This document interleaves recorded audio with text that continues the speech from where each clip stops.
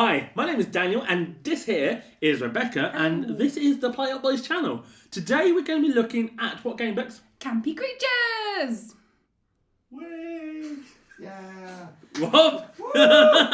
Thanks!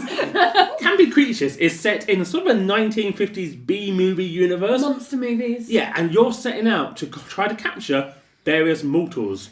Yeah. So this is a game for 2 to 5 players, and there's a bit of bluffing, and there's a bit of card collecting as well.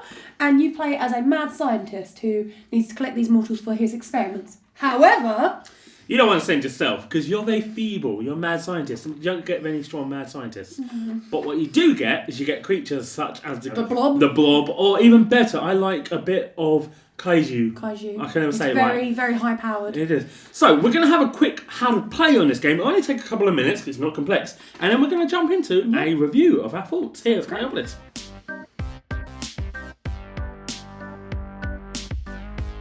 Every round, players will take a selection of 9 monsters and place their tiebreaker counters on the clashometer.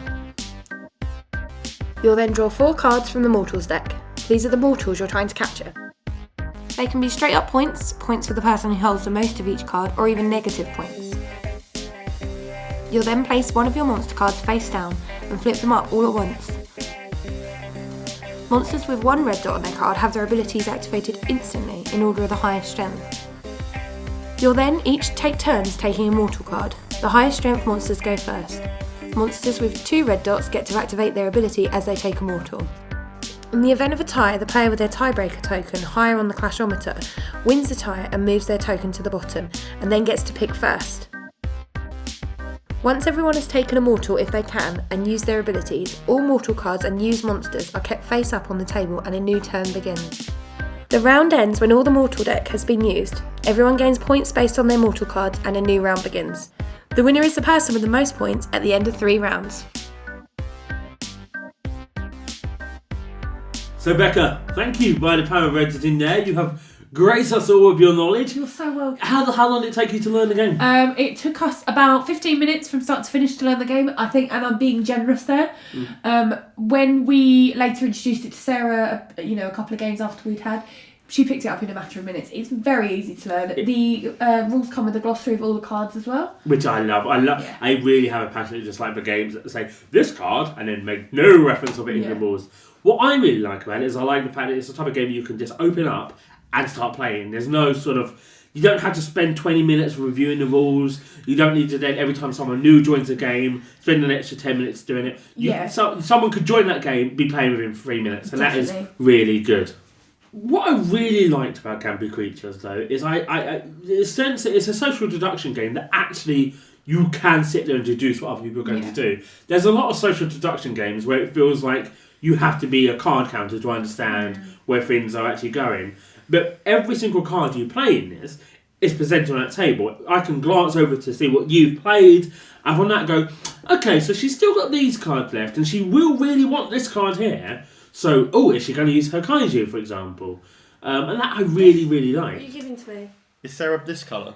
I'm green. She's not. She's green, so don't give it to Sarah either. Thank you. Are you giving it to the guys in the lead? I'm not in the lead anymore. I have negative So points. I have 4 teenagers. negative points. Yeah, and the Kaiju card is a really great card because it's the highest number one. So you feel like when you play it, you're like, oh wow, I'm pretty definitely going to get the good card there.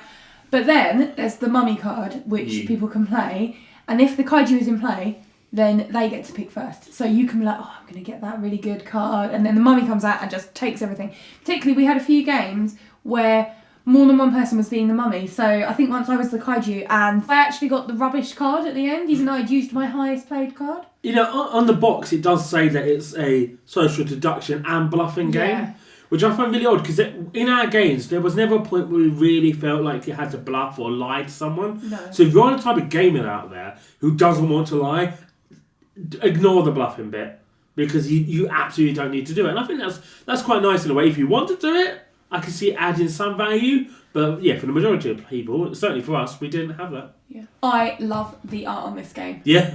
It is just the B-movie theme run through every card. Like, they're all consistent. They make me want to look at them more. Yeah, and I think what's really interesting about the 50s art style they've gone for, the B-movie art style especially, is it's so culturally ingrained into us that we can look at those cards and you know the story. And as a result, these cards, they are literally just the picture and then a small number. There's nothing else on them, and it's just great because the images tell the story that they want to tell. And that I love. I also love the fact that it's a tiny box. Yes. It's not trying to pad itself out. To make it just look like more of a game. Which a lot of games do now. So you can just chuck it in your bag. It's the type of game that really benefits from playing somewhere like at a pub. Certainly after a few more beers, it'd be a lot more enjoyable. I think we should try that very soon. Yeah. What else do you think about it? I love the meeples.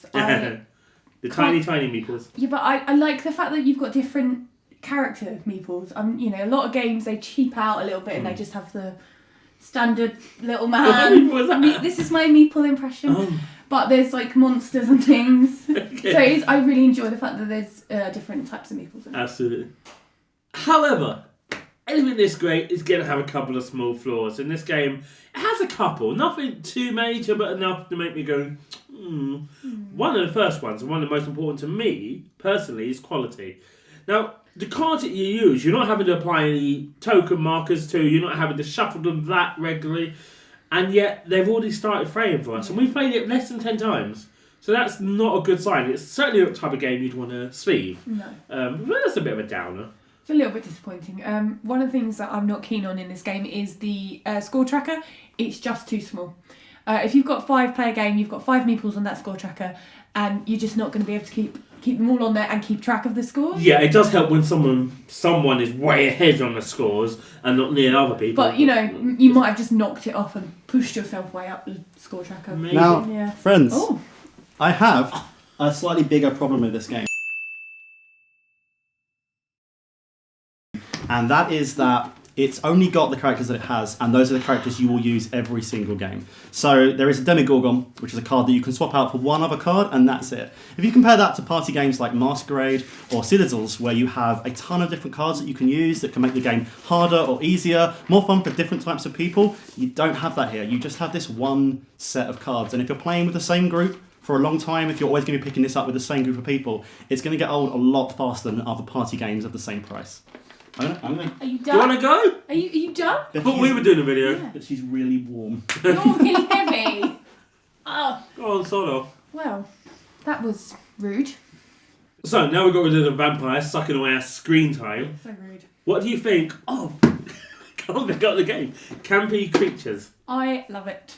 Yeah, for me, it ticks all the right boxes. It's a social deduction game in which you really do feel like you're in control of what other people are doing and how they're playing. You feel like you can react to it. A lot of social deduction games feel random. This one doesn't. I think we can both agree the art style is phenomenal. It oozes with personality. That's a good word. It oozes. Yeah, and I just agree with what Rob says. I just wish I had more variants. Yeah, but I feel like that can be solved by not bringing it out all the time or playing with different sets of friends. So yeah, Campy Creatures is by every definition a starter to your board game night. But it doesn't try to be anything more, and for that, it just does itself wonders. Playopolis favourite. Playopolis favourite. I think so. Okay, that was our video on Campy Creatures. Hope you enjoyed it. Don't forget to like, comment, and subscribe for more really fun stuff about board games. We haven't kidnapped him, Robert. Robert is fine. Payback for sitting on me. It's really uncomfortable. I'm 30 years old and I'm on the floor. You're We'll more help than 30. We'll help him up afterwards. Bye. Bye-bye.